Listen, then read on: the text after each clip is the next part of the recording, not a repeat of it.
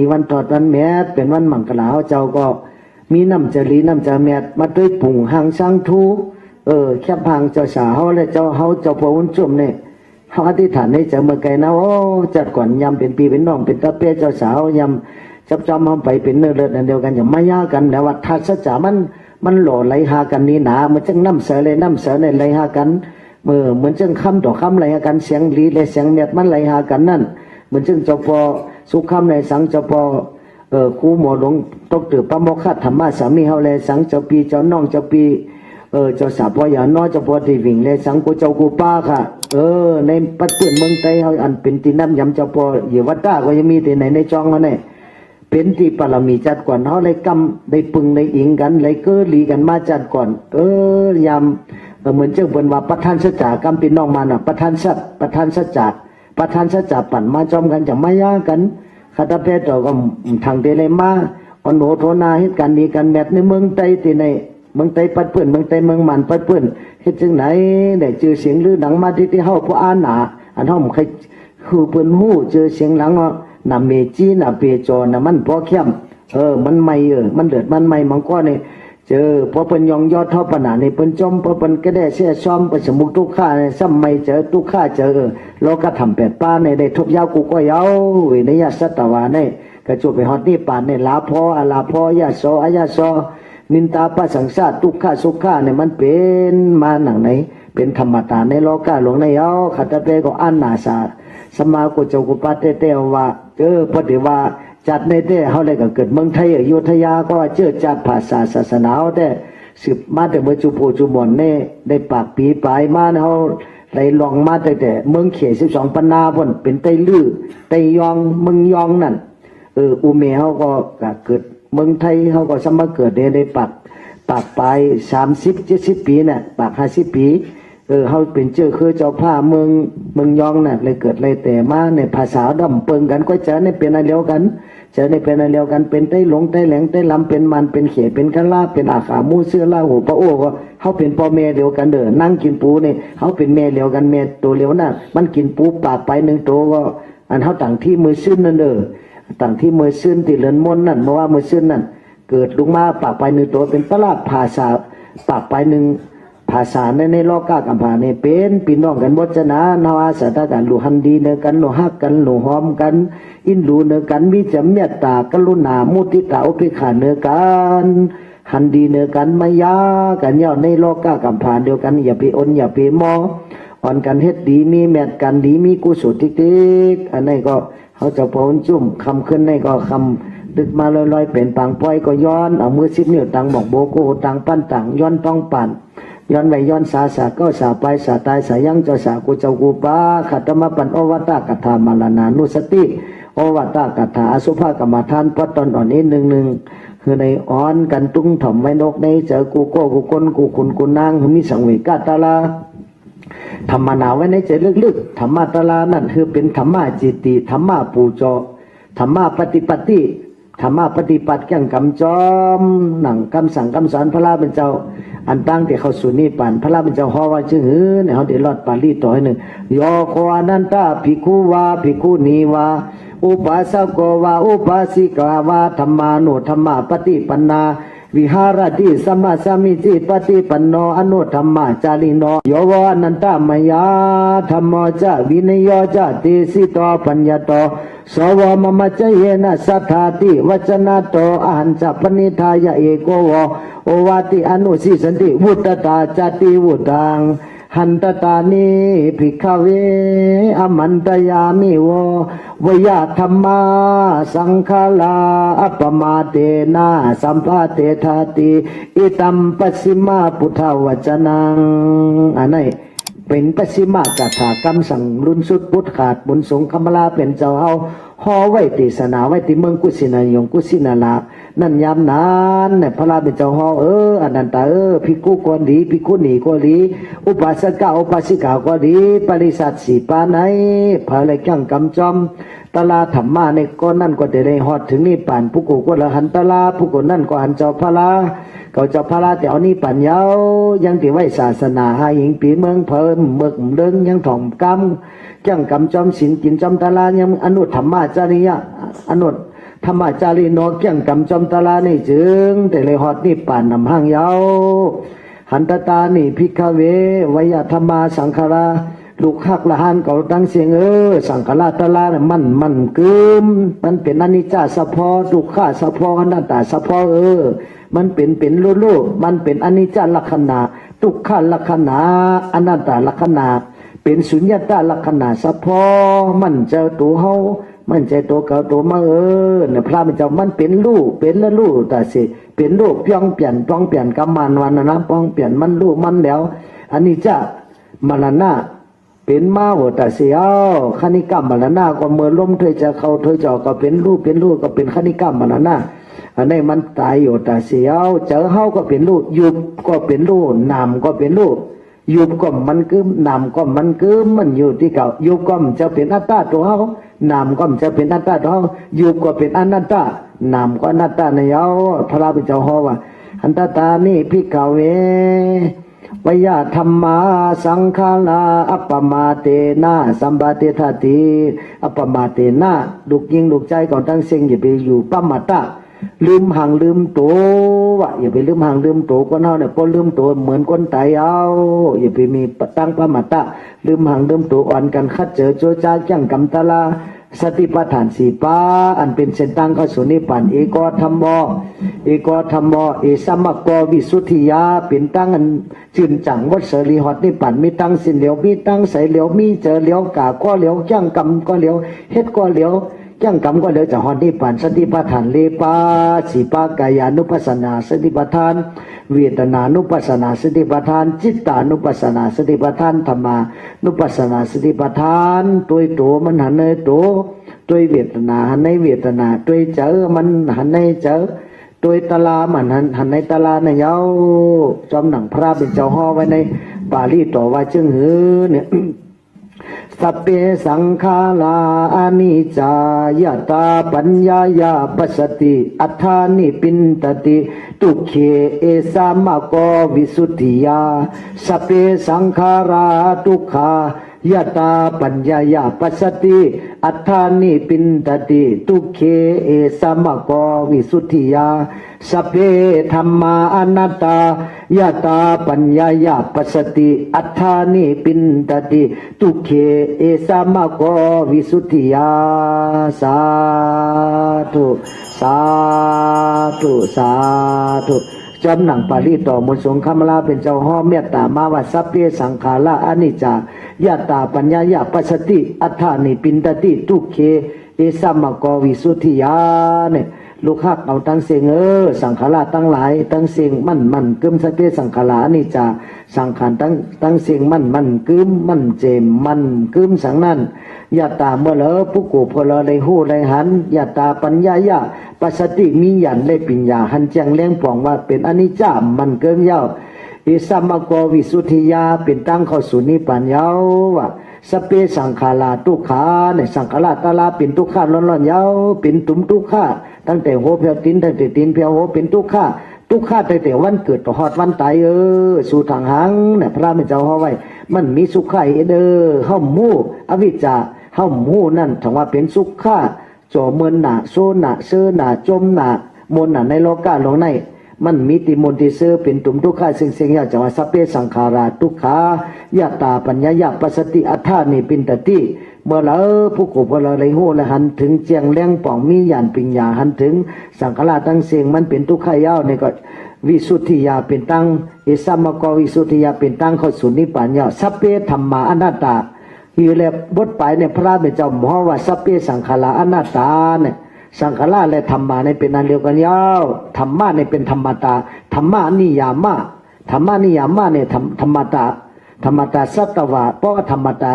อนัตตากุมิเมียวอันเป็นวิญญาณกะอวิญญาณกะมีเจอเลยมีเจอสัพพะกุเมียวกุสัมกุเพิงทั้งสิ่งสัพเพธัมมาอนัตตายตาปัญญายาปัสสติอัฏฐานิปินตติทุกเขเอสัมมโกวิสุทธิยาธรรมะตาลาทั้งสิ่งเนี่ยเป็นอนัตตานิพพานก็เป็นอนัตตาก็ว่า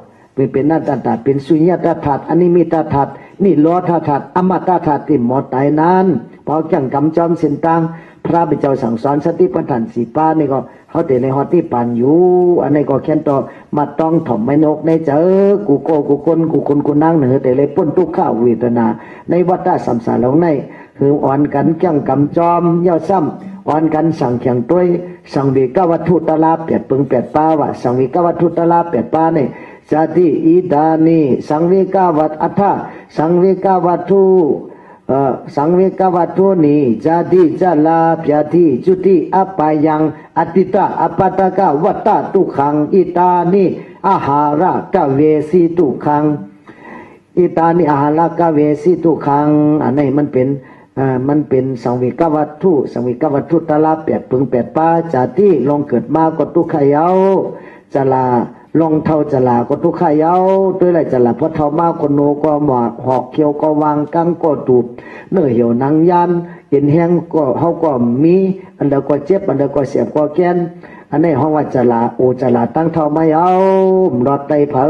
ลองเกิดลองเท่าลองเจ็บลองตายจลาไม่เอาเพียที่อันวันนั้นอนายกามีไม่เอาอนายกามีมากูมิ้วกูสัมกูเพิ่งเจ็บแสบแกนปนานายกยกกาสัตวะตั้งเสียงเป็นมาที่เที่ยวกระโจไปตายในเป็นมาที่เที่ยวอนายกามีสามเมียวอนายกาเมื่อหนึ่งยาก็หายยาก็หายอันนั้นห้องว่าอนามนอกามเนี่ยเขาเกิดมาใครขาขยำเพื่อก็ให้เม็ดเนี่ยเพราะยาก็หายเนื้อนั่นแต่เนื้อนั่นเป็นมันนอกามอนายกาว่าจีกามเนี่ยแต่ยาแต่จังหายยาแต่ตายแต่เพราะนากายกามเนี่ยแต่ยาก็ตายยาก็ตายอ่ะก็ประตูเขาเลยเฮ็ดในคาเลยเห็นในแค่ทั้งเปิ่นจัดกว่านั่นก็เลยเป็นมาสตวะตั้งเสียงอยู่จ้อมกามไว้เหมือนเจ้าคู่หมอหลวงเขาว่าเมื่อไกลนั่น กัมมาสโกมิกัมมาตายาโตกัมมายอนิกัมมาปันทุกัมมาปฏิสารโนยังกัมมังตลิสามิกัลยาณังวาปาปะกังวาตัสสะตายาโตภาวิสามิติเป็นกรรมบาลีต่อเขามีกรรมเป็นอมวยโคของเขามีกรรมเป็นที่เกิดมีกรรมเป็นปีน้องใส่เจอใครมีกรรมเป็นที่ปึงตีอิงเขาเฮ็ดกรรมมันเอาไว้อันเรียนจ้านี่ก็เขาได้เลยขำจ้าจำจ้ากรรมมันนั้นยาวรอดกังกว่าตั้งเดิมกระโจไปฮอดเพียงคำมานี่ป่านนั่นเขาได้เลยฮับคำตามตั้งเสียงจาที่ไม่ยาวจลามีจลาลองเท่าไม่ยาวเพียที่ยอกามายาวนี่ก็เป็นอนายกายามนะฮะหมอสลาวุนก็ยามแล้วเพอก็ยามแล้วก็ดูตายก็กันนั่นแต่เพอใจเหลือมได้เมียวก็เหลียวมันเจ้งเจ้าสาวห่อสอนเขาเนี่ยน่ะนอนแนวเนี่ยสูกว่าติดไตมันเจ้งเขาเนี่ยสูกว่าติดตูตีนเนาติดลานเหมือนเขาเนี่ยดินก็ขึ้นปันดินเนี่ยปัทวีเตโจอาปวายอขึ้นปันดินเนี่ยน้ำก็จุนปันน้ำลมก็จุนปันลมไฟก็จุนปันไฟอากาศธาตุก็จุนปันอากาศธาตุวิญญาณธาตุใส่ใจเนี่ยมันหมอหายมันหมอตายเตอพอมีเจอไว้กุศลกรรมอกุศลกรรมมันเจ้าสวยอภิธรรมาเมื่อไงกุศลธรรมาอกุศลธรรมาอภัยกตาธรรมากตเมธรรมากุศลายสามิงกัมมวัจจลังกุศลังจิตตังอุปนังโหติโสมนัสสะกตังญาณสัมปโยตังรูปาลัมมนังวะสตาลัมมนังวะกันธาลัมมนังวะปุตตปาลัมมนังวะธรรมาลัมมนังวะยังวะปนละภปฏิปันโนเนี่ยตั้งเสียงเนี่ยอภิธรรมานพระราชเจ้าฮ้อนเอารอดกับเมื่อไงนั่นก็เพราะว่าจิวหาตาหูคู่หลังซบโตโหจะเพราะเป็นญาณสัพพยุตเนี่ยก็เป็นรองกุศลเพราะว่าเป็นญาณวิปยุตเพราะว่ามีญาณภาคผาเนี่ยก็เป็นอกุศลกาเนี่ยกุศลธรรมะกุศลธรรมะเปียกตาธรรมะเป็นสายกลางเขาสุนิปันก็เป็นตั้งสายกลางหนังเก่าแล้วสัมอนิจจาพิสังขารมิสังขารมิสามเปิงสามปาน่ะปุญญาพิสังขารครึ่งปองลองดีลองแมดลองกัดลองเย็นปุญญาพิสังขารครึ่งปองลองกุศลลองเลือดลองไม่ลองตุกขะไม่เจอเนียงเจอว่าปุญญาพิสังขารอนิจจาพิสังขารซ้ำครึ่งปองตั้งสายกลางเนี่ยก็เข้าสู่นิพพานก็ตั้งสายกลางอายุป้าคุณสางฉะนั้นนิว่าสัญญานินาว่าสัญญาตั้งเสียงนี่ก็อันนั้นซ้ำเป็นตั้งสายกลางนั่นก็ก้อยกับหมอดนิพพานฉะนั้นสุขหากูโกกุคนสัตวะตั้งเสียงอยู่จอมกามก้อยหลงกัมมุนาวัตติโลโกสัตวะตั้งเสียงนี่อยู่จอมกามก็ยาววดเถิกขำกำเถิกเป็นให้แต่ละก็เลยนั่นฉะนั้นสุขหาเป็นอเมวพุทธภาษาพุทธศาสนาในแต่เลยนับย้ำตีกุ่งกุนหมุนเงาข้อสั่งคำสอนพระต่อเป็นเจ้าเฮาอย่าไปลงอย่าไปลืมอปมาตาลืมหังลืมโต คือในทำเอาข้อสั่งคำสอนพระราเป็นเจ้าเข้าไว้นกในใจดีไว้เจตนาศรัทธาฝึกจินเขาใจดีงามๆเพราะเจตนาลีอันนั้นก็ดีนั่นพระเป็นเจ้าเขาว่าเจตนังพิกเวกัมมังวัดดามิเจตนาเป็นกามลีก็มีตีเจตนาเจ้าอัมลีก็มีตีเจตนาเจ้าเพราะเจ้าอัมลีศพลาดก็อัมลีเป็นวจีกรรมมันน้อกรรมตั้งเสียงอันเดียวกันเดียวอากุศลเฮ็ดกับเย้าเหยียบยำเฮาปันตุกข้าเฮาติ๊กที่เฮาเพราะจะลีจะแมทเนี่ยก็เฮ็ดกันดีกันแมทกันกุศลตั้งเสียงกุศลน้ำบุญที่จอมเฮากว่าจะไหนเจอเฮาลำลองเสียเปิ้นในธรรมปจาเสียงว่าจิตตังทันตังสุขาวหังจิตตังกุตังสุขาวหังจิตตังทันตังสุขาวหังเนี่ยเฮาปันตามเจรีสอนเจรีเฮาจังปันเฮาสุขะซ้ำสากัดเย็นได้ยาวจิตตังกุตังสุขาวหังจิตเจ้าเฮาน่ะเฮาทิ้งดีเฮาตัวหลีเฮาสั่งสอนมันนี่เอามันจังเป็นเจรีจะแมดปันเฮาเลยลีเลยเป็นกัดเย็นซ้ำสาในซ้ำสาเมืองกวนในซ้ำสาเมืองผีในซ้ำสาเมืองสังต่อหอดนิพพานพูนในวันฉะนั้นสุขภาพนี่มีน้ำบุญมีปรมีมีกุศลสิภาวะกรรมทอกนอกภาวะกรรมส่งบนส่งปลัมปาล่าเหมือนจัดแสนปันเฮ็ดกันดีกันแมดได้ยกยองงส่งเฮาเกิดมาเป็นคนดีพีแมดมาหบมายาพุทธศาสนาพระเป็นเจ้าจึงหนังในสุ่มจมมาสุ่มจ่อจ้าให้ทำกังเจอสู่ลูกยิงลงใจสุ่มจ่อสุ่มจมมาได้มายาศาสนาพระเป็นเจ้าจึงหนังในคือได้จมเจอในพระเจ้าก็ไม่อยากอย่าไปหั่นเจอกันในก้อยลูกเคิดสั่งหังปองอ่อนกันลั่นกันตันเจ้าอย่าไปรับลูกลาตันกันลันกันตันเจ้าเฮ็ดกันดีกันแม้จะไปจึงจือยือยึดกึดไว้กึดถึงไว้เทิงเถิดเริ่มเลื่ออยู่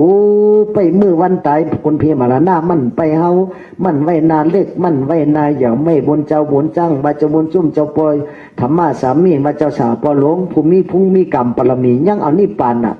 พระเป็นเจ้านั่งเอานิพพานปัจจิกพุทธาก็ยังเอานิพพานตัวเจ้าสาวพอหลวงเขาได้รู้มันจะเมียดก็คือแก่ก็คือผีพ่อกูคนพ่อกูนับยำแต่ไหนสังเจว่ามีเงินมีคำหลายล้านหลายหลักซื้ออะไรเขาก็ซื้ออะไรปันมันเจ้าหล่อนปันมันเจ้ากว่าก็พออาศักมันจะตึงเลขกันในอาศัก80ยังไปเต็มดีเลือนนากันจันที่เต็มอาศัก80บาทเจ้าได้80ยาวมันเจ้าเอานี่ป่านกาอาศักพระเป็นเจ้าได้สังชื่อแล้วชื่อไว้ปันมันเจ้าหล่อนปันมันเจ้ากว่ายาวมันซื้อไรวามไรคนเพียมาล้านหน้าในก็เดี๋ยวเมื่อยาวสัตทีก่อยาวคนผันก่อยาวคุณนอคำเมืองไทยยังนอนเพมสุมานาคุณนอคำก็ยังนอนเพเจ้าคนตุกคนผันคนมีคนเหงือคนคนเล็ดมีปิ่งยาก็คือก็คุณเพียว่าหน้ามันไว้หนาวพอถึงวันหนึ่งเจ้าเขาได้เลยโกมหน้าก็งอกทุกสุกเกิดไม่ยาวก็ยาวที่เกิดทุกสุกกับจูตั้งเท่าโอจลาตั้งเท่าเสียย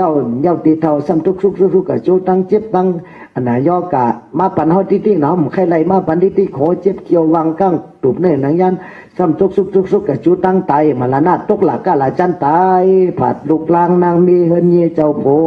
อันห้อมโกมอินหันห้อมมืดมักคักหนากรรมกุงหาป้า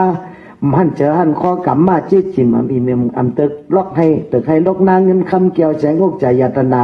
สัปปะกูมิวกูสำกูเปิงผันตาลดก้ามาขี่ลอลีหัวเฮินหลังเล็กดังเหยอะปีน้องใส่เจอไปซื้อใส่กันแผ่วจันผ้าพวกก็ปึงอิงไหล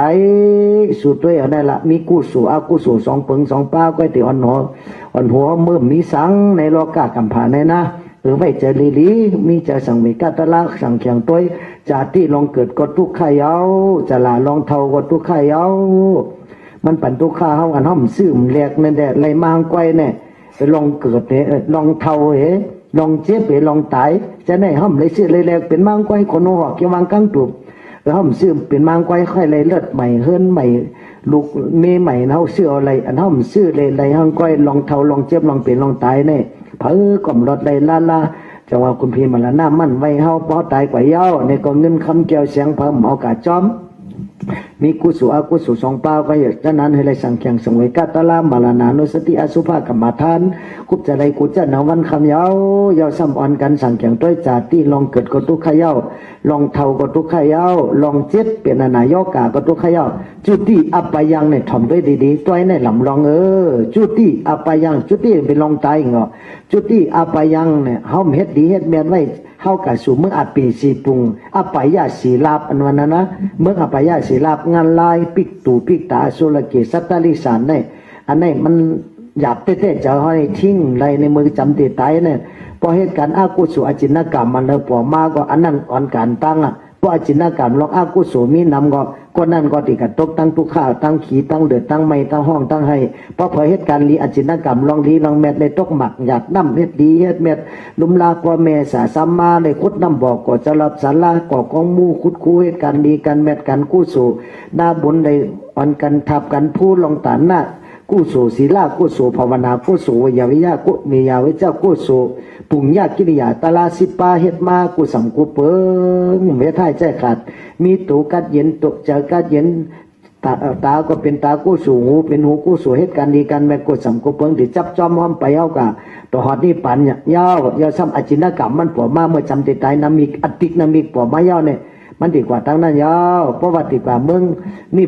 เพราะเดี๋ยวนี้ป่านนี่มินอติกนามิกนี่ป่านนี่เป็นรองยุบนำฉุกเงียบเย็นนั่นเป็นอสังกัตธาตุสุญญตธาตุอันนี้มีตธาตุมันหมอลาเท่ากับหมอดนี่ป่านแต่สูกติฮอดอยู่ขันนิกานี่ป่านหนึ่งจำหนึ่งกำเนี่ยเจ้านันตาถามพระราเบนี่ป่านเนี่ยมันเป็นจื่อขาพระราเบจะเพิ่งก็สุดตองไข่ฮอดนี่ป่านคนยิงว่าไข่ฮอดนี่ป่านคนใจกว่าไข่ฮอดนี่ป่านสัตวาตัวเล็กตัวใหญ่ไข่ฮอดนี่ป่านตั้งกว่านี่ป่านซ้ำจังกำจอมเขาติฮอดนิพพานเมื่อละค่ะติฮอดนิพพานเป็นชื่อคือค่ะเนี่ยพระราชาจังฮอว่าอนันตานิพพานอันนั้นอันว่าอาสวะกิเลสกามากิเลสตั้งเสียงหมดเย็นหายอยากก้าล้อผ้าต่อซ้ำมีนั่นอันนั้นห้องวันนิพพานยาวว่าอปุมาแตงเหมือนชื่อเหมือนจังสูจังยังยำนอนรับหือเนี่ยพระราชาทำยำนอนรับเหมือนคนนอนรับเลยยาวพันหังไอเมียวพันหันสังหูหังยินหังใจตาเจ้าหูเจ้าคู่หลังเจ้าคู่มีเมียวยุบดำนี่หมดที่มันฉุกเย็นกับกำนั่นพันหิอันหิเอ็นนั่นรับก็มู่ตื่นก็มู่ตายก็มู่เป็นก็มู่อันนั้นน่ะอปุมาแตกเหมือนจังคนนับหูหังพันหังไอเมียวเป็นนิพพานที่จะห้องว่าคณิกานิพพานผวังกจิตตานหมดเย็นกันหนึ่งกำนั่นอันนั้นเอามาเป็นกำเตืองอันนิพพานทวารานิพพานที่เขาที่ฮอดตั้งนานว่าจะว่าอนันตาในต้องเนาะตีขาจมเย้าเนี่ยก็อันตีละหมดเย็นหายเสลากะตอสามมห้ามานาติที่สังโยชน์จินสิปานั่นน่ะมันนำหนาลายยอดมันก็เป็นรอผ้าตอสามมห้าสามเมียวรอผ้ามูล่าหาปากตอซาลุมูล่าหาปากมห้ามูล่าหาปากตั้งสิแต่ถ่องง่ายยาเนี่ยปากำมันแต่ถ่องง่ายยากิเลสาหิงไปหาปากเต็บขาดปากแปดนั่นว่าพอห้ามตัดขาดไปแปดนี่ป่านนะตึ้งไรพระเป็นเจ้าเต็บมือมันจะได้เป็นสัพพิญญุตได้อย่างนี้ง่ายๆเหมือนจะไปสุขคำหัวโมว่ามันดีข้อขมก็ตัดจะไว้สู่ทางหังสุ่มฮักเจ้าพระราสุ่มอินดูเจ้าพระราสุ่มนับยำเจ้าพระราติเหมือนนับยำเพอแทงคนทั้งหลายก็แค่ว่าไหนซุ่มใบพระราติเมื่อใบพระแทงซุ่มถ่อมก้ามพระราติเมื่อถ่อมก้ามพระแทงหมอต่อเมตเจ้านั่นเจ้าแน่เจ้าเมียนำหนาลาดจอดอ่อนเท่าเมื่องไล่เปิดแปดเท่ากับตั้งดีพระราเนี่ยหมอแปดหมอแหลนสัพพิญญุได้อย่างนี้กลัดชื่อตถาวาตีนั่นน่ะกตาวาตีตถาวาตีว่าเฮ็ดอันแล้วก็ว่านั่นเห็นหันเราว่านั่นแต่ว่าตถาคตเนี่ยมันจังกำเป็นสภาวะตถาคตนั่นยาวเนี่ยพระเป็นเจ้าก็ยังห้องตัวเจ้าก็ว่าตถาคตเนาะตถาคตตถาเนี่ยมันเป็นสภาวะตลาดเก่านี่ก็เป็นตถาคตยาวเก่าเจ้าในมีรู้เวนิยสัตวานานะเป็นมุนีปุงกวผู้จิตังก็ยาวจิตังปันสุก็ยาวผสมจังกำจำเก่ากองกำจังยืดกันเลยกอดหัวเขาเลยด้วยสูก็ยาวเก่าเจ้ากำจ่อยจือจีตั้งนิดป่านก็ยาวจากนั้นเขาดูดถมกำพระเป็นเจ้าดูจังกำจอมเส้นตั้งพระเป็นเจ้าจี้สังเนี่ยนี่ป่านมีมันป้อไก่มีหมอกยืนมือถึงเนี่ยก็ป้อไก่มีในก็มีในเจ้าเนี่ยมันมีตั้งมีตัวเนี่ยเอานี่ป่านมีเจอสักคณิกานี่ป่านนึงมันกำเย็นกว่าเมื่อละขันถามันหมดเย็นหายในตายกับแทงเย้าดินน้ำไผ่ลมกับเจือมือเย้าเนี่ยก็อวดเย็นหายกับกำเนิดขึ้นมาเตะสันทีผันเงาเป็นสู่เป็นเฮาแทงในกังในม่อมในเกิดในเท่าในตายไอ้ในเป็นสภาวะตะลานพระรามเจ้าห่อไว้จะนานในจุดที่อัปไปอย่างในลำลองเสียเปิ้นเขาตีห่อลบใต้ถึงอีกหนึ่งนะอดขันทีต่อไม่หนึ่งมันจังจื้อธรรมะตะลามันเป็นสภาวะออกมาจะไหนเป็นตลาดนะโหเขาหันไว้นึกอิดนึกอดจะในก็เข้าหมดสึงหมดซีมามีอันละใครเปิดอกเปิดใจในจะได้ใครผ่าหมอใจสูเป็นหันเป็นปอดเดือนตลาดสังวันมันมีน้ำมีโตเนี่ยมันลึกลำกัมพีน้ำสมุทรตลาดสีเมียวันลึกหนาธรรมะตลาดลึกเดือนนั่นพอยังตึก เพราะว่าที่เอามาจิ้มก็เหมือนเกินนั่นน่ะน้ำปังไหลนะเขาจิ้มเหมือนกันหมดตะลาวก็พอเลยจิ้มเนี่ยก็มันเจ็มมันหอมมันหวานนั่นไหลตบมันจึงน้ำพึ่งน้ำอ้อยน้ำถ่านเนี่ยน้ำหวานเจ็มก็คือหนึ่งน้ำอ้อยน้ำถ่านเอาไว้เจ็มน้ำศีลน้ำธรรมน้ำตาละเจ็มเลยนั่นหอมหวานเลยนั่นกัดเย็นเลยนั่นน้ำกังกายมนาจิรวัติสารภูมาหิน้ำพลแสมหาแสนหาน้ำมาเฮ็ดน้ำกัดน้ำเย็นน้ำเย่แค่มาเจ็บปันเฮาก็เย็นก่อมเย็นไหลน้ำศีลน้ำธรรมน้ำตลาน้ำเมตตากรุณามุทิตาอุเบกขาน้ำตลาเนี่ยเป็นกัดเย็นได้แต่ว่าปอกจังกำจอมปฏิบัติจอมนิพพานเฮาแต่เลยหอดอยู่จำก็ยาวอันนี้ติซับแรงน้องสมิกัตลาก็ติยืนยาวหึงติ๊กอนาถสูเตะจังห้องว่ากาลาเตสะอันวันนั้นนะป้อมหูกาลาเตสะก็จะเป็นคนหลิงหมาลักแหลมหลิงหมาคนลักแหลมหลิงหมาพระเป็นเจ้าสังราหูจักกาลาเตสะก้อยกัตลาเนี่ยมันเป็นสภาวะอากาลิโกอิหิปัสสิโกเนี่ยกรุงตลาน่ะนะอากาลิโกเนี่ยมันมีเข้ามีย่ำใครถึงล้านตาเมื่อเราเลยอจูมือวันมือขึ้นในไรเสียงก็เลยถึงหมักยานพยานนิพพานเนี่ยอากาลิโกอิหิปัสสิโกอิหิมาแล้วมาตัวก็แล้วเนี่ยลองเกิดก็ห้องเฮามาตัวห้องตัวแล้วห้องหันตลาลองเท่าก็ห้องเฮามาตัวแล้วมาเถาโยรู้มึงตัวเนี่ยห้องตัวห้องหันตลาลองเจ็บอันไหนย่อกรรมทวังเคี้ยวเขาเจ็บหนึ่งก็ได้เคี้ยวเจ็บไหนยาวเขาเจ็บเพราะว่าเขาเจ็บในทุกขั้นน้ำมันดีเดียวเพราะมันจะก็เจ็บตัวขันถาเจ็บไว้ลงเป็นรูปยักเวทนายักเป็นเส้นเป็นสายเวทนาป้อมหมดท้ายกว่าเวทนาหายสุดนี่ปั่นพุทธเวทนาหายสุดนี่ปั่นพุทธในยักตัวเนี่ยเคี้ยวเจ็บว่าหายกว่าหนึ่งจำมันกำเป็นขั้นนี้กันหนึ่งปั่นบางก้อนนี่พวกอะไรก็ตายแล้วนี่ปั่นนี่ซุบเสือก็มีเจ้าล้านตาว่าเจ้ามันจะพิสุคำห่อห้องยินหน่อยนะเป็นเสือมากับขาเอาเวทนาก็คือหนึ่งเป็นเอานิปั่นนั่นอันนี้ปั่นไปตุกเป็นหยาบแต่เมียวนั่นฉะนั้นสุขหาก็หลุยยักตัวตลาเนี่ยมันพอหมดตัวลองเกิดลองเท่าลองเจ็บลองเป็นลองตายสอนเอาหมดอ่ะสภาวะกูเมียววิญญาณการมีเจ้าก็ได้วิญญาณการเป็นตัวจนไม่จนตอกบอกยาสภาวะลอกก้ากำพาตั้งเสียงเลยนะเป็นตนหมอกตนยาตัวสัตว์ตัดแมงตนไม่ตนหมอกน้ำดินหินผาสภาวะกูเมียวน้ำน้องกัดเย็นสภาวะกูสำกูเพิงน้ำดินเม็ดหินเม็ดทรายตอมจอมปลวกบวกไว้สภาวะตั้งเสียงเลยแหละเป็นตลาสอนเจ้าโมเดอร์พร้อมตัวแล้วหูก็ยาวพอหมอหูสภาวะตลาตั้งเสียงเนี่ยเอามาเตกหนึ่งตัวเขานั่นพระเป็นเจ้าจังเจ้านันตาจังถามเจ้าพระวันนอตีขาเพื่อนว่าถึงละหันตามดกิเลสากังยันเป็นชื่อหึงขาคำต้นถึงละหันตามถึงนี่ป่านนั้นพระเป็นเจ้าเขียนเจ้าซ้ำแดงเนี่ยเป็นคาตาเปเสกันเนี่ยพระเป็นเจ้าจังว่าอนันตาจงมือหูจักดินหือจงมือหูจักน้ำจงมือหูจักไฟจงมือหูจักลมหือจงมือหันสะพอดินอันเกียนสะพอน้ำอันจืมอันไหลสะพอลมอันตรงดุกตรงนักต้องยุบต้องยักใจสะพอลมอันปัดอันเปียวสะพอไพ่อันเดือดอันไม่อันกัดอันไหนเป็นสะพอไพ่จะมาหูจักเขาอันนั้นอ่ะเผอปุ๊บกูพูดแล้วไว้เจอเหมือนดินเหมือนน้ำเหมือนไพ่เหมือนลมอ่ะเป็นละหันตายาวอ่ะดินนั่นพอขี้เสือก็ย่อเยอะเสือก็ย่อพอหยิบพยำก็ย่อพอให้ขึ้นหลังอ่อนเสือก็ย่อพอให้หลังหลงเสือก็ย่อพอยกอันเห็นเสือก็ย่อพอแต่มากกว่าเป็นกองมูมากกว่าเป็นเจ้าพระราทูสุกสร้างทูเนี่ยก็มันก่อมจมหนังดินเมืองนั่นอันนี้ไว้เจอเหมือนเจ้าหนังดินเมืองทีหนึ่งพระราเป็นเจ้าสอนเจ้าหลาหูก็เอาดินน้ำลมไผ่เนี่ยก็สอนเจ้าหลาหูอันเป็นลูกใจหักมันเจ้านั่นเจ้าหลาหูมัดเห็นนั่นเป็นลูกใจหักมันเจ้าอย่างหูก็ตัวดินตัวน้ำตัวไผ่ตัวลมเนี่ยดินน้ำในก็เพาอันจ้าอันตู่อันเนาเสือมันก่อมจ้ามโกดมิตรสาโมหะมิตรสามาเป็นว่าในเป็นน้ำอบน้ำหอมมาเป็นน้ำอบน้ำหอมมาทุกมาตามากินมาสุกมาอาบอะไรเนี่ยก็น้ำก่อมจมอยู่ไว้เจอเหมือนน้ำลมเนี่ยก็มันติดปัดติดเป่าที่ในเป็นกองขี้วัวขี้ไก่แต่ก้นในก่อมก้นหังดีก่อมปั้นเป่ามันก่อมว่าก้นในหังจ้าก้นในหังดีก่อมปั้นเป่าก้นในหังดีก็ปัดเป่ามันก่อมว่าลมเนี่ยปัดกัดทั้งเราก็ปัดขวาปัดหัวปัดเทินปนลุ่มลูกมดอกปัดเอาบานเอาเมืองปนลูกปนเหลวเสียมดกับเมียอันมันปัดไหลลอยเสาเมืองว่ะเนี่ยอันปัดไหลเนี่ยลอยเสาเมืองนั้นมันตึมเกิงลอยเสาเมืองตึมกังลมกระเปปัดกระเปเป่ามันเป็นหือคนดีคนถอดคนแมทเหมือนลอยเสาเมืองหิมะวนตาในเย้าว่ะไว้จำมันตึงไว้รอผ่าตัวสามโมหะมาเกาก่อมไรรอกระทำแปดป้ามาปัดกว่าทั้งเหลือก่อมไร จะว่าลอกก็ทำแปดป้าในทบยาจะให้อย่าไปเปิงคือมันอย่าไปเฮงปัตตันลอยเสาเมืองเป็นวันนั้นลอยเสาเมืองมันตึงเฮงมันเกียนเหมือนตึงเสาหินยาวฉะนั้นเนี่ยจะไว้เจอเหมือนล้มไว้เจอเหมือนไผ่เนี่ยก็ไพ่ไม่เนี่ยก็เหมือนมานะไม่นำสาก็ไม่มันก็มาไม่ยกไม่ยักยักมาใครไม่ก็ไม่หมดนั่นน่ะว่าขี้วัวขี้ไก่ก็ไม่มีไม่เหมือนกันหมดจะมาดินนำไพ่ลมสภาวะเนี่ยเหมือนเจ้าละหันตายเย้าว่าพระราชเจ้าห่อเทศนาไว้ย่อกันเนี่ยจะว่าลบใต้แทงจุดที่อัปยังเนี่ยไปย่อเถอะจุดที่ว่าห้อมไม่เจอลิลีจุดที่กับเมืองอัปเปสีปุงนั่นกับตรงงานลาย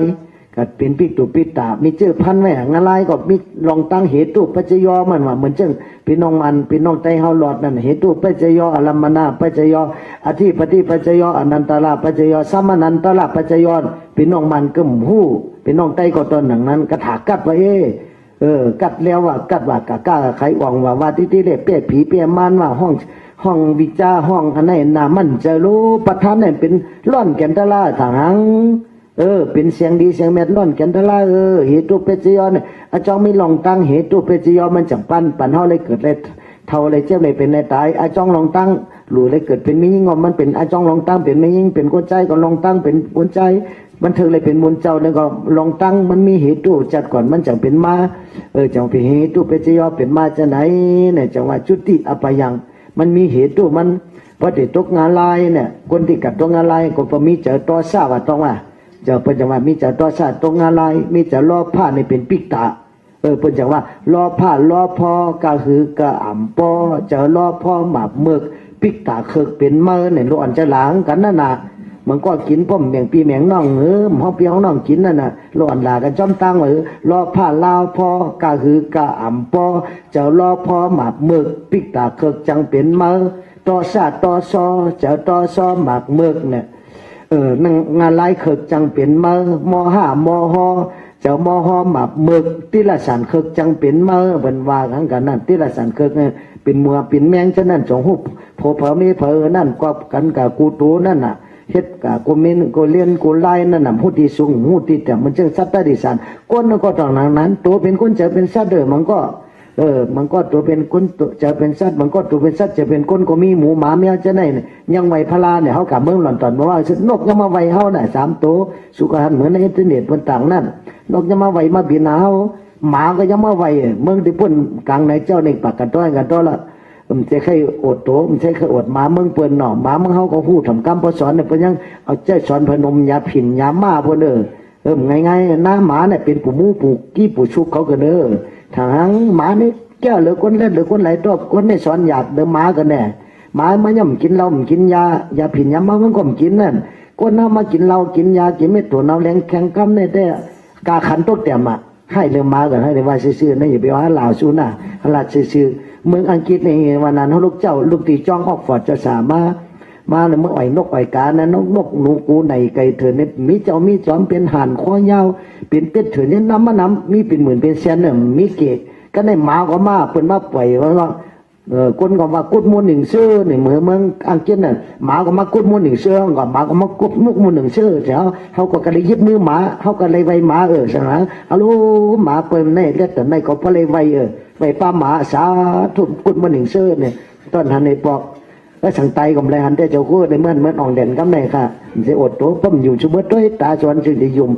ป้อมตามหันหุ่มยิ้มได้ยุ่มนุ๊กอันนี้ก็เป็นวานนั่นน่ะอันนี้ก็หันมาจากในก้นเฮาหรือมีสีมีตามีตาลาเนี่ยเกิดเป็นม้าเพราะว่าเป็นม้าเสี้ยวขึ้นก็เกิดเป็นก้นก็จะมีเนี่ยอยู่ในวันนั้นข้อสักการนาซาเมื่อนั้นจัดก่อนมันเป็นม้าใครเห็นป้อนหน่อยเจ้าคนออกอ้นอะไรเนาะย้อนใครคือข้อสักการนาซานี่หนึ่งมึกจัดก่อนมันเป็นม้าเย่าแล้วมันมาเป็นม้านะครับเพื่อป้อมตรองตัวเนี่ยดูคือเจ้าปีสุขคำสืบฮอกากันเขาลืมมันอ่ะลืมต้องลืมแต่เงามาแต่เมืองคุณเอาคำติ่งคุณเอาคำอุติน้ำมั่งในเมืองนั่นตีเมืองอย่างนั้นอุติน้ำมั่งในเมืองตีเมืองนางสามาวตีเขาเนี่ยเป็นเอาไพ่มาไม่หอเผาหอเขา5 ปากก็เฮเลยเป็นเอาไพ่มาจุดหอเขานั่นตั้งนางอย่างไกพอลืมอ่ะมันตีเป็นเตี๋ยวมาควบคู่กับเจ้าพระลาวนั่นน่ะ2 กระปวกนั่นนะอันนั้นก็พอลืมอ่ะจือมันนำน่ะมากกันทีนั่น น้ำมากกันทีนั่นใครโอ้คำจะพิสุคำก็ห่อละไอ้เปิ้นก็นี่ใครลบใต้แต่กำกันมังซาไม่ในปังกับเมืองป้อมเลี้ยง5 2ก็ดีทิ้งกันทั้งคืนน่ะเพิ่มจะเหลือคดีตอบกันลอยๆปันเป็นปังป้อยเจ้าสาวเนี่ยน้องผู้ก็เมียมในหันเจ้าสาวแต่เลยช่างจูมกเขาใส่ในไพ่อ่ะก็นี่ใครลบใต้แต่กำมึงไกลว่าสังเวกัตราสมาใครปุ่มหมาเนี่ยเนาะจะเหลือมันออกที่ไหนมามันควรจะอะไรว่าเฮาว่าหลีไว้แผ่วหมาเพิ่นถ้าว่าหมาควายเนี่ยก็เป็นยังถ่อมก้ามอ่ะไก่เนี่ยนะไก่เนี่ยก็เพิ่นสอนชื่อเมืองห่มเดี๋ยวเมียน่ะไก่ไถนาบ้านห้วยเมืองจอกในมิ้วไก่ไถนาเนี่ยนะเพิ่นว่าไม่กดเฮ็ดแอกควายน่ะน่ะลูกอ่อนเนี่ยหมันว่าหมูเจอคูเนาะรู้สึกมาห้อยไว้ที่จ้องนี่แอกควายเป็นในนิ้วอ่อนเผลอเป็นในเนี่ยแอกเป็นจังได๋เนาะเขี้ยวเกี่ยวเข้าเป็นจังได๋มันแหนเหี่ยวลูกเปียกใต้เหมือนทันวัวเปียอยู่ที่เชียงไฮ้ค่ะส่วนเขามีเมื่อนี่แอกไก่นี่เจอไก่เพิ่นเฮ็ดไหนหรือมันแหนเขานั่นน่ะเพิ่นว่าไก่เนี่ยเพิ่นมันไม่กดเฮ็ดแอกเล็กกดเฮ็ดเขี้ยวคนกดเมียเหลือจะกันเลยลองจ่องสุปองเจ้าจ่องสุปองเจ้าจ่องสุโหเล็กไม่กดเฮ็ดแอกอ่ะกำมันกำก่อยคือเจ้าพ่อเจ้าคุณธรรมสามีเปลี่ยนปันน่ะไม่กดเฮ็ดแอกไม่กดเฮ็ดแอกใส่คอเนี่ยกว่านี่ทั้งกลางในเจ้ามาก็เปิ้นถึงห้องอยู่กลางนางกว่าเนี่ยมันว่าใส่ปอกมือกะตั้งกว่าที่เตี้ยกว่านี่ที่เตี้ยกะตั้งใส่มันมีกวนเฮาเปิ้นใจใส่กะตั้งกว่าใจสังกว่ากะตั้งใส่จะกะตั้งน้ำมือตั้งหลังอารมณ์มันง่ายๆประตันจันแมวออกฉาดมานั่นน่ะนะมันว่าหยาบดาวก้นแมงก้นหลิงในนี่สั่งสีป้อมมาเมืองจู่ชูฮู้สั่งชีนี่วันนั้นเนี่ยปืนประวัติมันไม่ไหวใครเห็นกับอภุมพิษอภุมพัดสั่งชีนี่มาเมืองนี่ก็ว่ากูแม่งก้นหลิงเนี่ยแม่งก้นหลิงก็น้ำแม่งก้นหลิงหมาเนี่ยแม่งมันก้นหลิงแล้วก้นเขาชื่อเหมือนเท่ามีแหละแม่งก้นหลิงเป็นก้นห่อน่ะก้นหลิงว่าหยาบเหลือกำเนี่ยก้นตาเลี้ยงแข็งกำเนี่ยง่ายๆสั่งชีมาเมืองเนี่ยน่ะสั่งชีในจ้างมายางกันโอ้ยก็สุดที่เมื่อไรเนี่ยจ้างมันว่าจ้างเขาที่เมื่อมึงก้นเขาก็เหยาแต่เมื่อเป้กินหัวเขาก็ที่เมื่อเหยียบเขาเอาเขาเป็นลูกเป็นหลานเขาจะใจกินเขาเนี่ยว่าถ้ามันจะกาเนี่ยก็ที่เมื่อด้วยเกินเนี่ยสังชีจำเมื่อด้วยตั้งไม่อย่าไปเมื่อด้วยไอ้ก้อยก็จำเมื่อด้วยเกินเนี่ยไอ้ก้อยสังชีมันก็เล่นหนูเมื่อสังชีเนี่ยแต่ตุกสุกตักฉากลงเมื่อนึงงกงักหนูเมื่องอกคอเผื่อกับด้วยเผื่อแผวในวันในวิ่งตื่นกับมุกุปอกในมันที่เป็นก้นนั่นเป็นก้นกับเป็นหมหินนั่นน่ะเป็นมนุษย์หินนั่นนะมนุษย์หินก้นหินอยู่จำหินจอมผาจะได้เนี่ยมันก็เจ็บมามัดหอกไม่หอกลมเนี่ยต่อยกันต่อยก๊กเนี่ยมันหาเกากัวเย่าตัวแมงกลหลิงตัวล้มเขายังจะกินอะไรไหนเนี่ยว่ะเอาหอกมาต่อยล้มตึงก๊กกันในมาซ้ำกว่าซ้ำกับยาเสียอันเขาตำเขาโคกหินโคกอีกข้าเนี่ยนะอันเดียวเพิ่นเอาน้ำหยดเสือมันจึงกุ้งปั่นกุ้งมันหัดน้ากุ้งเขาเอาน้ำปั่นโครกสู่บกหนึ่งตกบกหนึ่งถอกบกหนึ่งตกบกหนึ่งถอกกันนั่งทั้งวันน้ำมูซื้อผมจับพอเฮือนนั่นน่ะพอเขาเนินนั่นน่ะบกหนึ่งตกบกหนึ่งถอกบกหนึ่งออกบกหนึ่งเข้ากันเนี่ยที่นับทั้งวันนั่นน่ะมันหัดน้ากุ้งมันจะมีแต่วันเหมือนไหนอ่ะกัดด้วยที่น้ำติ้งตีคุณซ้ำร้อนนะก็ผิดมือซื้อเนี่ยมีกุ้งมันเพราะเหยอะไว้ปั่นเล็กนะอันนั้นบกหนึ่งตกบกหนึ่งถอกนะกุ้งปั่นเขาเนี่ยกุ้งไม่ปั่นเอาลูกกุ้งไม่นี่ก็จะกินอะไรไหนเขากลัวในวันสักซีเนี่ยก็ได้สำคัญโคกอีกขั้นโคกตำเขาเนี่ยมีก้นนี่ก็มีก้นก็ในมาตั้งหลังมันจะมีอุกลูกเป็นจอกอุโลเป็นน้ำเสมอก็ในน้ำตกสโลดึกทึกตึกเนี่ยมันตำเนี่ยนะตำเขาใส่ก็ได้วันมันตกขึ้นเนี่ยก็เหมือนก้นตำน่ะเหมือนก้นเหยียบนะไปเอาสโลทุกเนี่ยนะมันหันเนี่ยเขาก็อ้ามาในโคกหินอันนี้ก้อยก็ยังใจกินอะไรน้ำก็ยังใจกินอะไรร่มก็ใจกินอะไรไผ่ก็ใจกันก็เมื่อก็ช่องเนี่ยสักชีก็ไปมาหามาบอกจ้างก็ดิเมื่อน่ะคนเนี่ยตั้นหันกลไว้เนี่ยน่ะไรมันเฮ็ดก็เหมือนไผ่เฮ็ดก็เหมือนจับปันเฮ็ดก็เหมือนน่ะสังชีเนี่ยพระผู้จะโกหกมันไผ่ก็เหมือนมันนั่นน่ะมันเฮ็ดก็เหมือนน้ำมันไผ่เฮ็ดก็เหมือนนาไผ่นั่นน่ะไผ่เฮ็ดก็เหมือนสังชีไผ่เหมือนกับพระเจ้าก็เงียนจงก็เงียนเขียวเงียนกำบ่เดินเปิดไข่ขี้นั่นน่ะก็โทษค่ะเมืองกับพระเจ้าก่อนนะหลายวันเมืองเขาชุกชาเข็มกันใจทั้งวันทั้งเมืองก็เพราะว่าสังชีเขาไข่ขี้นั่นน่ะเงียนจงก็เงียวพอเขียวพองงลงไว้เพราะเมืองไทยแค่นี้ได้สังชีใจดีเมืองมันก็จะดีเมืองไทยแต่สังชีไข่โขเหมือนที่เขาว่าตีจองเจ้าสาวเมื่อว่ามาเจ จ้องหนองปังโหลอยจบครัวสายสีมันนี่อาสั่งให้ตึกกินวันกินเมืองไว้อาสั่งสีได้ใจเลี้ยมเปี้ยกินเผอให้โคเสามือเนี่ยให้โคคึกกันแหละนี่ก็เป็นนามิกดีมิ้วหนึ่งก็ได้สายสีมาเมืองจะบอกมาบอกจ้างเขาที่ถึงเมื่อเป็นก็หือเป็นไตเขาก็ติดขวาเขาก็เยอะเลยเขาลงก็ถึงเมื่อเนี่ยจ้างก็องอ่างไปมาจอมตั้งนะเจ้าว่าจ้างไปองอ่างจอมตั้งไปลงมานะมีงงมีงานลงมาก็มาก็ถึงเมื่อเปี้ยกินหัวเขาก็กล้ามันจะได้ก็ในมาก็เป็นมาแหวนจอกเอาเจือกมามัดเห็นก็ไม่ไหลก้นขี่ในหัวก็ซักเอาเล็กก็ผมก็กะเล่ลากไม่เล่เอาแน่เล่เอาแน่เด้อจังไปเลยให้อุ้ยแต่วันเมื่อไหร่ไปเลยจังไปเลยลากไม่ปั่นก้นเฮาในเหตุการณ์เป็นก้นเฮาอยู่ที่น้ำลันแต่วันเมื่อไหร่นั่นน่ะก็เพราะว่าวิปากก้าวบเขามีเหยื่อเสียตาก็ตัวเหยื่อก็ปิงยามันตันก้นเฮาก็เพราะเป็นสัตว์ได้สารนั่นน่ะฉะนั้นคนเฮาเนี่ยดูมีอย่างปิงยาตัวเหยื่อเสียตาก็เป็นว่าปิงยาเป้แห้งกึนมีเงินนี่เป้ก้นเงือเนี่ยมีเงินเป้ของนั่นเป้เจ้าเป้คาน่ะเป้ผีเป้ช้างนั่นปิญญาเป้แห่งเกินมีในปืนประวัติจะหือเจ้าคู่มีในเด็กไตเก่าขับเป้อ่านเมื่อเป็นท่านน้อยนะเมื่อเป็นเจ้าสั่งอย่างนั้นที่นกใส่อ่อนเนี่ยบักกับเป้จ้างเอาจ้างตายนั่นน่ะมันเป็นอย่างนั้นปุ่มมีอันนั้นปุ่มใครเอานอนตีเย้าน่ะก็แน่เด็กใครยังแทบลืมหลายตัวเป็นปังปอยตาลาเมื่อไงพวกคุบใจอะไรตาลาหลายตัวก็ในเฮาคาสัตกะในมาคุบใจอะไรตัวกุศลหน้าบุญเฮาเนี่ยมีโมบายาศาสนาพระเป็นเจ้าในคือเลยถ่อมกามไงอย่าไปลือกามน่ะให้ว่าจะไหนกะคือถ่อมกามพระเป็นเจ้าเสียเลยเอาธรรมะตาลาเนี่ยเป็นล่อนแกนไว้ในอกในเจอคือหันถึงยุบนำคันธาอายตนาธาตุปฏิจจสมุปปัตตลาสัจจตลาสีป้าอันดาลีอันดาจ้าหรือจังตัวเหมือนจังบกลบกุลหันอันที่เขาเหนือปันเมื่อวันไก่อันเขาเตรียมไม่นั่นนะนกก็ยังมาไว้หมาก็ยังมาไว้พอมีเจอดีสัตดิสันอย่าไปทางเล็กเปิ้นอย่าไปทางเหยาเปิ้นมหายานาเขาได้ไว้เจ้ากวางเถรวาตาก็กวางหนึ่งเก่าก็กวางเป็นตีเกียเป็นตีราชเชือบางทีก็กวางแก่ป้อมพอเลยห้ามเขาบางทีก็แก่ก็คือแก่พระตันหูหมักพาเอาว่ามันจังว่าพระมหายานาสว่าเป็นโพธิจิตมั้งน่ะโพธิสิงเนี่ยว่าคำเขียนนะโพธิสิงโพธิจิตเนี่ยมียิ่งกับเป็นตัวโพธิสิงเป็นหมูหมาแมวทั้งสิ่งกับโพธิสิงที่มีโพธิเนี่ยเป็นอันหูมันก็จะหูโพธิมหาโพธิวันนั้นมหาโพธิเนี่ยเป็นสุดยอดทอดไป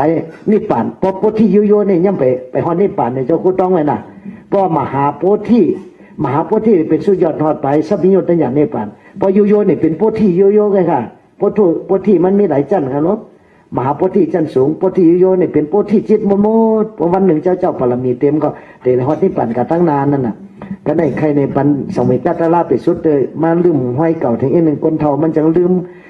จาติก็ว่าย่อจาลาพยาที่มาละนาจุติอปยังจุติเมื่อสู่อปยะตั้งสีนั่นก็ทุกข์ย่อจุติอปยังจุติอปยังอาติตะอาติกันปนมาก็เขาเกิดเท่าตายมานำไหนย่ออนาคตอันดีมาตั้งนานเนี่ยก็นับเลยไข่ยาวไข่จบไปฮอดนิพพานอันนามันตะกะสัมสาราลงเกิดต้องเท่าลงตายแต่ได้เป็นเช่นไหนที่เฮาแต่เราก็เป็นไปโยสังแข้งเฮาแต่เราเป็นที่เกิดที่ตายเฮาเพิ่มจะปีมจะน้องจะปัวจะแมวมีที่เฮาน้ำตาเฮาได้ตกมุกตาเฮาได้ย่อยน้ำสมุทรตาสิเมยังดีเลยน้ำตาเฮาอันเปิ้นปัดเนื้อเถือนางเฮาเลือดเฮาย่อยเฮาไหลจะในแต่ก้นหนึ่งก้อนหนึ่งก็ก้อยในแต่น้ำเลือดเฮาเนี่ยยังติน้ำเลือดน้ำสมุทรตาลาก็เฮาก็ได้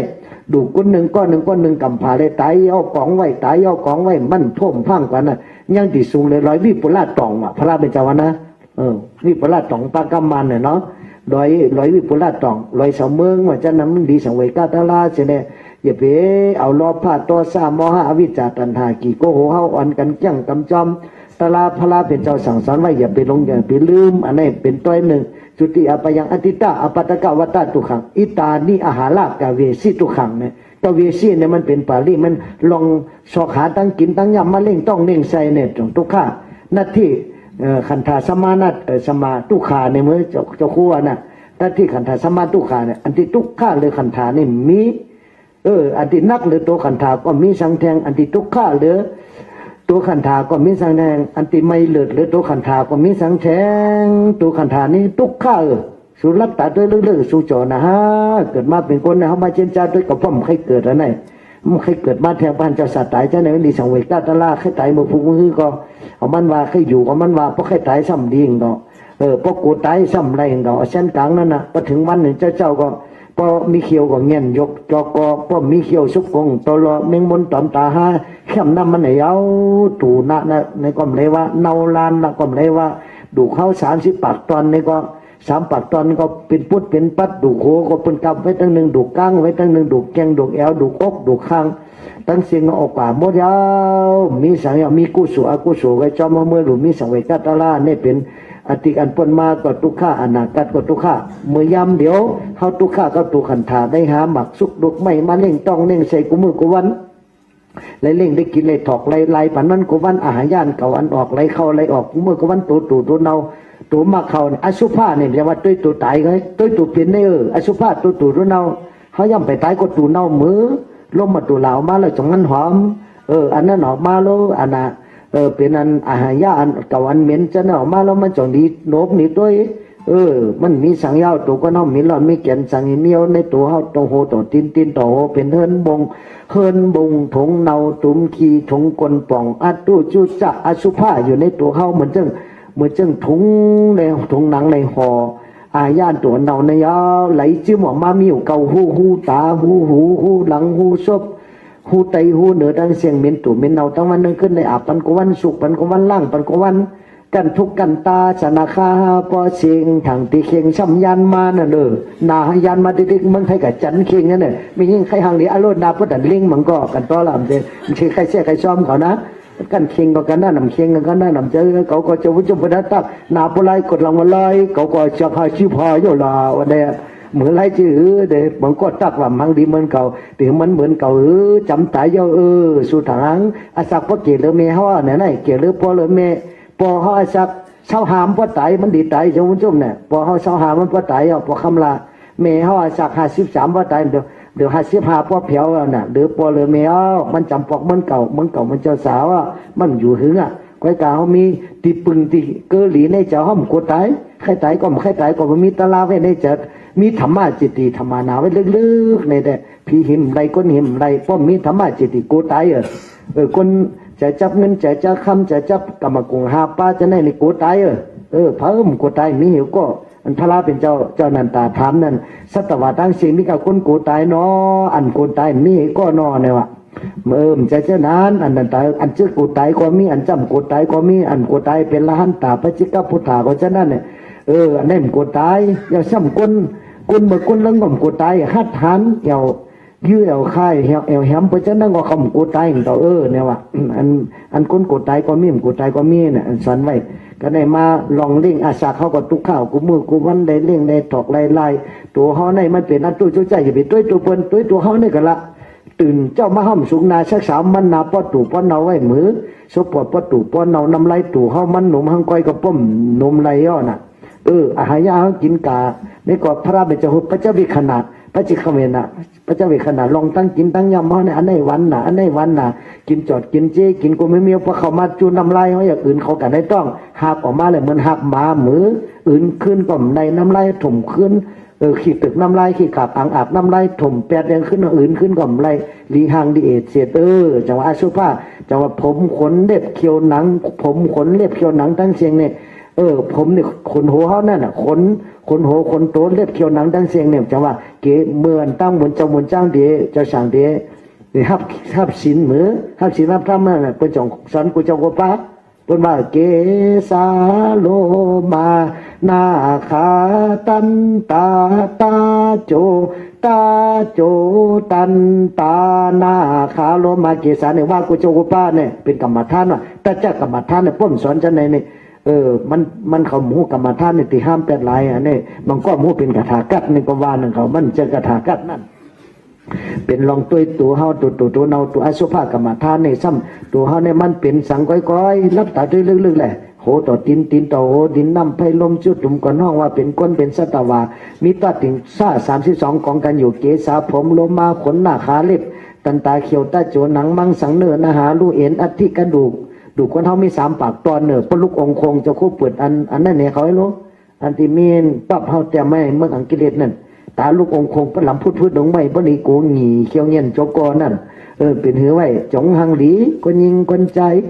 มุนเจ้าจะมาหังหลีกันมาเมาอะไรมันรับมาเดิมทั้งดอกกันน่ะ หางตั้งนอกก็หางดีตั้งในเด่มหางดีก็ได้จังว่ามีอัตราถึง32กองกันอยู่เกษาผมโลมาขนหน้าขาเล็บตันตาเขียวตาจูหนังมังสังเนื้อนาหาลูกเอ็นอธิกระดูกอธิมินจังขมองดุกว่ากังหมักแก้วหัตยังหัวเจออยากกันนังตับกิโลหมักกังพังผืดพิหากังม้ามปะปะสังปอดอันตังใส่ใหญ่อันตากุนังใส่น้อยอุตาดิยังอาหารยาอันเฮากินใหม่กะดิสังอาหารยาเฮากินเก่าพิษตังน้ำหลีเสมังน้ำเสลดปุโพน้ำหนองโลหิตตังน้ำเลือดเศษตัวน้ำเห่อเมโตน้ำมันคุณอัศวน้ำตาวาสาน้ำมันเหลวสิงค้านิการน้ำมูกและสิกาน้ำยางเหลืองหมุดตังน้ำเยียวมัทธเกดุโขมัทธานงกังอ่องอ๋อมีในตัวในเสียงเป็นอสุภากรรมฐานพระเป็นเจ้าฮอว่าอานิจจาเนี่ยเขาซ้ำถามว่าเป็นนิจจาพระเป็นเจ้าฮอว่าสุขะทุกขะเขาก็ถามว่าเป็นสุขะซ้ำสาพระเป็นเจ้าฮอว่าอนัตตาเขาก็ถือว่าเป็นตัวเขาอันนี้สุขภาพกูก็คนดูถ่อมเอาข้อเสียงคำทำพาลาเป็นเจ้าห้อไว้จะได้อย่าไปลงอย่าไปลืมลึกก็ลึกมาเลยมาหรือก็ตีไว้มาไว้ก็ตีเสียงนะเหมือนจึงเป็นใกล้ว่านโมตาเสือมาคือกับน้ำเน่งพอมันเสียงเขาตะกาเขาเอามาประห่มไรยาสำหรับปาตะกาวันนั้นน่ะ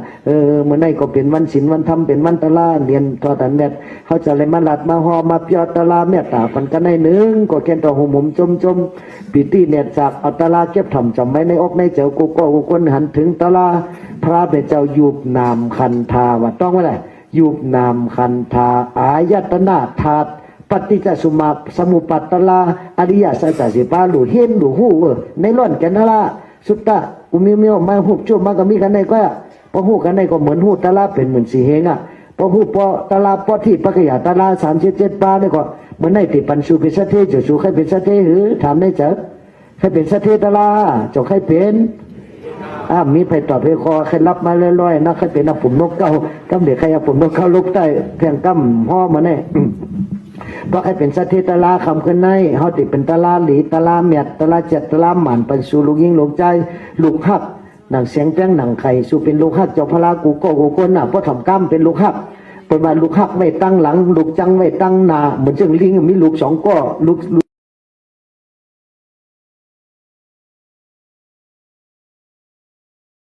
เขียนกะย้ำไม่หล่อตอกสายทั้งมันก็พอหักอ่ะปล่อยเปลี่ยนแล้วว่าลูกหักไว้ตั้งหลังลูกจังไว้ตั้งหน้าเพราะว่าหักพระทำไว้ดีๆมันเป็นตลาดีกว่าได้ลูกหักไว้ตั้งหลังลูกจังไว้ตั้งหน้าก้มถ่อมกำพระไปเจ้ากับหอทิศป่านนั่นน่ะเหมือนลิงเนี่ยนั่นลูกอ่อนมันมี2ตัวเนี่ยทั้งเราก็ลิงหักนั่นน่ะเพราะมันจังมันถ่อมกำว่าตึงมาตายตึงมันเนี่ยพระไปเจ้าก็เลยตึงมัน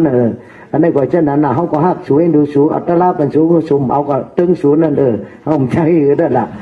ก็เลยกดเขาตัวก็อ่ะเมื่อไหร่ติดปันเป็นสัตเทน่ะต้องไว้เลยติดปันสัตเทเมื่อไหร่กว่าชาติปันเนี่ยคำนำกัดเย็นสีมอสาธุอะไรระยะคำนำกัดเย็นสีมอก็ระยะคำนำกัดเย็นสีมอก็เมตตากรุณามุทิตาอุเบกขาว่าตนไม่หย่องเงินไม่หย่องคำหาตนนี่ก็ปัญญาสินหาคอแห้งหาปึงหาเป้าก็ปัญญาอันนี้เป็นต้นไม่หย่องคำหาตนไม่หุงไม่ให้ห่มเงาเขาก็สินธรรมเนี่ยเป็นที่ปึงห่มเงาเขาอ่ะนี่อันนี้เป็นไม่หย่องคำหาตนอันนี้เป็นสินหาคอเราซ้ำแห้งหาปึงเอาใจกันได้ซ้ำจองคำสีลงมันจึงจะคู่ว่าเมื่อไกลนะสวยโอเล่อย่างนั้นก็มันนั่นสวยเล่หลงแล้วก็ไรย่อสิเล่หลงเนี่ยหมอวานเนี่ยก็จะตัวคู่ก็เปลี่ยนภาษาบ้านนะครับพระหูน้ำก็ในมาเนี่ยสวยอันนี้เป็นนั้นคำนั่นกัดเย็นสีมอก็ปัญญาจองคำสีหลงก็ปันอ่ะพุทธานุสติเมตตาอสุภามาลานานุสติจองคำสีหลงก็ปัญญากันในซ้ำกันในซ้ำมอคำ7 มอเนี่ยมอคำ7 มอก็ปันแทงมอเสียงนะมอรัตนาเสียง7 มอก็ปันแทงเป็นอุกจาสุตกอง7 ปานะรัตนา7 ปาเป็นอย่างนั้นนะศรัทธาศีลาจากะสุตตะฮิริอตปะปิญญาอันนี้ศรัทธาทานังศีลาทานังสุตตะทานังฮิริทานังอตปะทานังปิญญาทานังเนี่ยเป็นคำยตนาเสียงเม็ดน่ะรัตนาเสียงเม็ดนวรัตเสียงเม็ดอันนี้7 หมอนี่ก็ปันสวยเย้า7 ก็ปันเย้าก็ได้ซ้ำคำแล้วจ่องแค่ได้แทงทำได้ใจจ่องแค่ได้คำคำ37 ลำเนี่ยก็มีคำเนี่ยสุ่มเลยฮอดนี่ป่านพระเป็นเจ้าฮอว่าติมือเหมือนเจ้าก้นตายในเมืองพงจังได้มีใครหนึ่งพ่อมใครก็สุ่มหู เมืองพงก็ได้ต่างวันแต่เมืองพอได้ตายมาเนี่ยจอกดินให้หน้าว่าตีเหลือเป็นตีดินนะมันจอกตั้มเหนือกว่าถึงไม่จำป่องหรอกตั้มป่องหรอกเป็นตีให้ตีหน้าเมื่อเราเมื่อจอมเข้าไปเหี่ยวสมัยแล้วมันได้ไรเห็นนั่นจอกให้จอกหน้าเอามาวัดนั่นก็เป็นน้ำมันนี่ก็เป็นสวนมันเป็นตึกให้ร้องหน้าจอกอันนี้เราใช้มาต่างเดือเนื้อกล่อมมันว่าก็ในติดตายยาวตายกับยาวในสมัยจอกของนี่เราคำเสตาแทงอ่ะเสียหูเสียตาว่าเสียชบกันในมันก็ในชุบยังค่อยกลางเสียงเสนาลีปนในก่อนตายนะมันก็หักพอหักเมียหนาใส่เช่นนั้นเงินไว้เหมือนเขียก็จังได้ใส่พี่น้องเขียได้มันก็ได้ใส่อันปอมมันก็กระจุดไพ่เป็นนั่นน่ะมีเผียวหนาลีมีเผียวเฮินมีเผียวโทรศัพท์ละชิบมีเผียวกุมโยเหมือนแต่ใจเมืองผีเขานั่นมีจอดไม่เจ๊กระจุดไพ่เผาเปียเป็นขี้เตาเปียอันนั้นลีงก็เป็นปรมีงอันนั้นก็เอาเงินเอาคำกับเสียหูเสียตายออกมันดีไรหือเมื่ออยู่เป็นก้นกินดื้อใจดื้อกับเสียในตาในหูมันพันอ่ะเปิ่นเอาไว้นั่นอย่าไปเฮ็ดไรนั่นในถ้ำหันจอมสูน่ะมันก็ให้นั่นบ่เป็นก้นน่ะพ่อแม่ก็ปันกินข้าวพักดีพักหวานหนาวยาวเหลือแห้งกินข้าวไรซุปว่าจังเจ้าได้จำตายอาซุปพ่อมไรก็มาห้องกินข้าวดีพักหวานอันนี้ก็อย่าไปเฮ็ดมันเลยแหนงเจอเมื่อเขาให้กินนั่นห้ำปันกินนั่นเลยแหนงเจอเขาให้กินนั้นได้ก็ปันกินเขาขึ้นหนึ่งอันได้ก็ปันหนึ่งใครเฮ็ดอันได้ก็เฮ็ดปันพ่อแม่เขาสละสมาเหมือนจะสาพหลวงเขาได้หล่อนกับเย้าจ่อเขาเลยลุ่มลาดจ่อเลยโนดได้พันปนเนื้อมันจะเป็นตัวเป็นเจ้ากันโนดเด็กกันโนดกับกบเผ็ดเจ้าก็อาลูกปกัดพ่อเห็นได้ก็มัดเยอะเติมมัดจำตัวเขาเนาตัวเนาก็พอมัดจำน่ะเหมือนตัวสัตว์ตัวแมงเนี่ยเป็นตัวเนื้อตัวหนังเมื่อไรลุ่มลาก็ลุ่มลามันจะเปลี่ยนก้นนั่นที่เป็นเลยแหนงเจอตายก็ให้เขาเลยหยาดนำความบวยปันกุศลตั้งดีอันนี้ก็ต้องไว้ตัวหนึ่ง